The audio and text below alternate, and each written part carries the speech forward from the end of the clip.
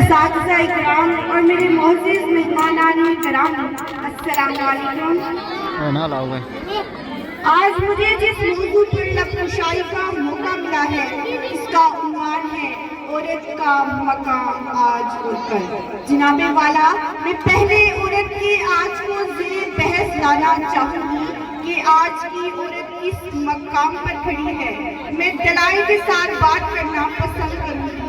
حضور والا، اس نے سندھ کے غریب خاندان میں جنم لیا۔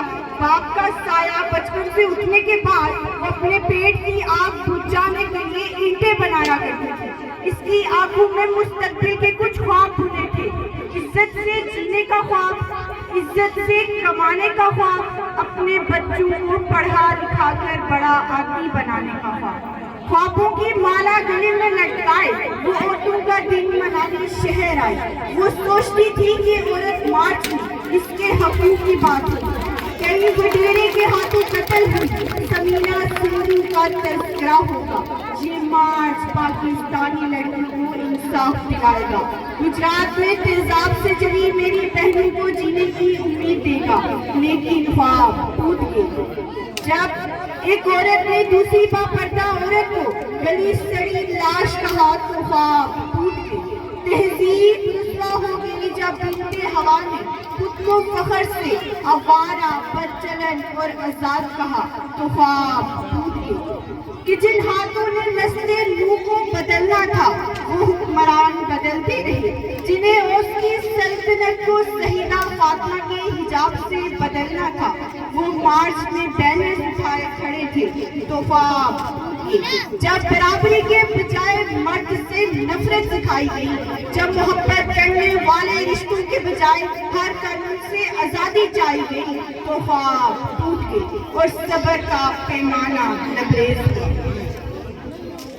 گوشت سیاہ وقت ہے ہم لوگ پر روشن ہے زمین، گوشت سیاہ وقت ہے ہم لوگ پر روشن ہے زمین، خود اندھیرے میں ہیں اور اوروں کو دکھاتے ہیں چراغ۔ سید علی فقار، اب میں بات کروں گی عورت کے کل کے بارے میں۔ عورت کے کل کو جاننے کے لیے میں نے تاریخ کے اوراق اٹھائے، 1400 سال پہلے کی تاریخ کا مطالعہ کیا اور انسانیت کی علمگیر مذہب یعنی اسلام کی تعلیمات جاننے کی کوشش کی تو مجھ پر یہ حقیقت روزے روشن کی طرح عیاں ہو گئی کہ بے شک عورت کو فرش سے اٹھا کر عرش پر پہنچا دیا اور دنیا کو واضح کر دیا کہ عورت بلند مقام کی حامل ہے۔ سید علی فقار، عورت کا مقام رسول کریم صلی اللہ علیہ وسلم کی اس حدیث سے روزے روشن کی طرح عیاں ہے کہ بے شک جنت ماں کے قدموں تلے ہے۔ اس سے ہم خود اندازہ لگا سکتے ہیں کہ اسلام میں عورت کو کیا مقام حاصل ہے۔ بشری طبقہ کو اپنی حیثیت کو برقرار رکھے۔ اسلام خاندان کی تنظیم اور اس تنظیم میں عورت کو گھر کی ملکہ بنایا گیا ہے، عورت کو اپنے شوہر کے گھر کی حکمران بنایا گیا ہے، عورت کو وراثت میں حقدار ٹھہرایا گیا ہے۔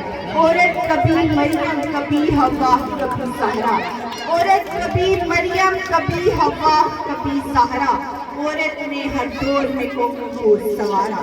سید علی فقار، اگر خواتین کے حقوق کی بات کریں تو اس سنہرے دور میں بھی عورتوں کو گھریلو، سماجی، سیاسی اور معاشی حقوق اور آزادی حاصل ہے۔ انہیں ووٹ ڈالنے کا حق، جائیداد کی ملکیت کا حق، فیصلہ سازی کے عمل میں حصہ لینے کا حق۔ تو پھر میرے ذہن میں یہ خیال آتا ہے کہ ہماری تباہی بربادی کا موجب کیا ہے؟ تو مجھے میرے سوال کا جواب بہت ہی جلد ملا، کیونکہ آج ہم نے خدا کو مسجد کی چار دیواری میں قید اور قرآن کو مردے بخشوانے کا نصاب سمجھ لیا ہے اور اپنی تنظیم کو رسوا کر کر اس فریب کی طرف بھاگتے ہیں جہاں شراب نوشی، فیشن اور اقمال بازی اعلیٰ سوسائٹی کے داخلے میں زینت ہے۔